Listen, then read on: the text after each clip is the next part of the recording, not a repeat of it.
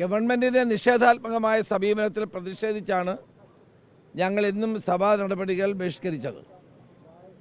ശബരിമല സ്വർണ്ണക്കൊള്ളയുമായി ബന്ധപ്പെട്ട പ്രതികളെ സംരക്ഷിക്കാൻ ഗവൺമെൻറ് ശ്രമിക്കുകയാണ്. പ്രതികൾക്ക് ഓരോരുത്തർക്കും ജാമ്യം കിട്ടി പുറത്തു വരുന്നു.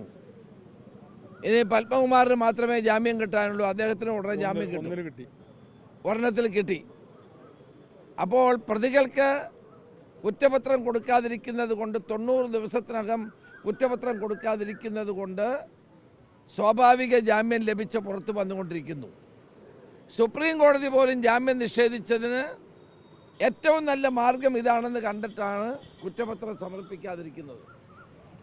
നടിയെ ആക്രമിച്ച കേസിൽ പാർഷ്യലായ കുറ്റപത്രം സമർപ്പിച്ച് പ്രതികൾക്ക് ജാമ്യം കൊടുക്കാതിരുന്ന നടപടി കേരളത്തിൻ്റെ ജനങ്ങൾ കണ്ട ഒരു കാര്യമാണ്.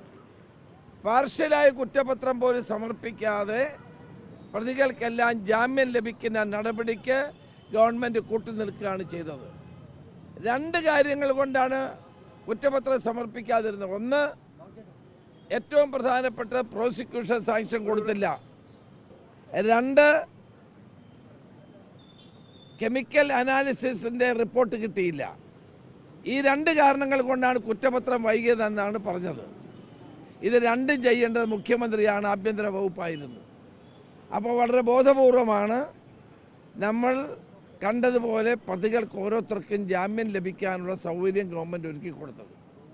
രണ്ടാമത്തെ കാര്യം, 41 ദിവസം തന്ത്രി ജയിലിൽ കിടന്നിട്ട് ഇപ്പോൾ കൊല്ലം വിജിലൻസ് കോടതി പറയുന്നു അയാട്ട് ഓഫ് എവിഡൻസ് ഇല്ല, അദ്ദേഹത്തെ ഞങ്ങൾ ജാമ്യം കൊടുത്ത് വിടുകയാണെന്നാണ് പറഞ്ഞത്.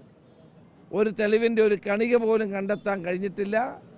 അദ്ദേഹത്തെ ജയിലിൽ നിന്ന് മോചിതനാക്കാൻ കോടതി തീരുമാനിച്ചു. ആ കോടതിയെ ഇപ്പോൾ വിമർശിക്കുകയാണ് നിയമമന്ത്രി ചെയ്തുകൊണ്ടിരിക്കുന്നത്. ഏതായാലും ഇതിൽ പ്രതിഷേധിച്ചുകൊണ്ടാണ് ഞങ്ങൾ ഇന്ന് സഭാ നടപടികൾ ബഹിഷ്കരിച്ചത്.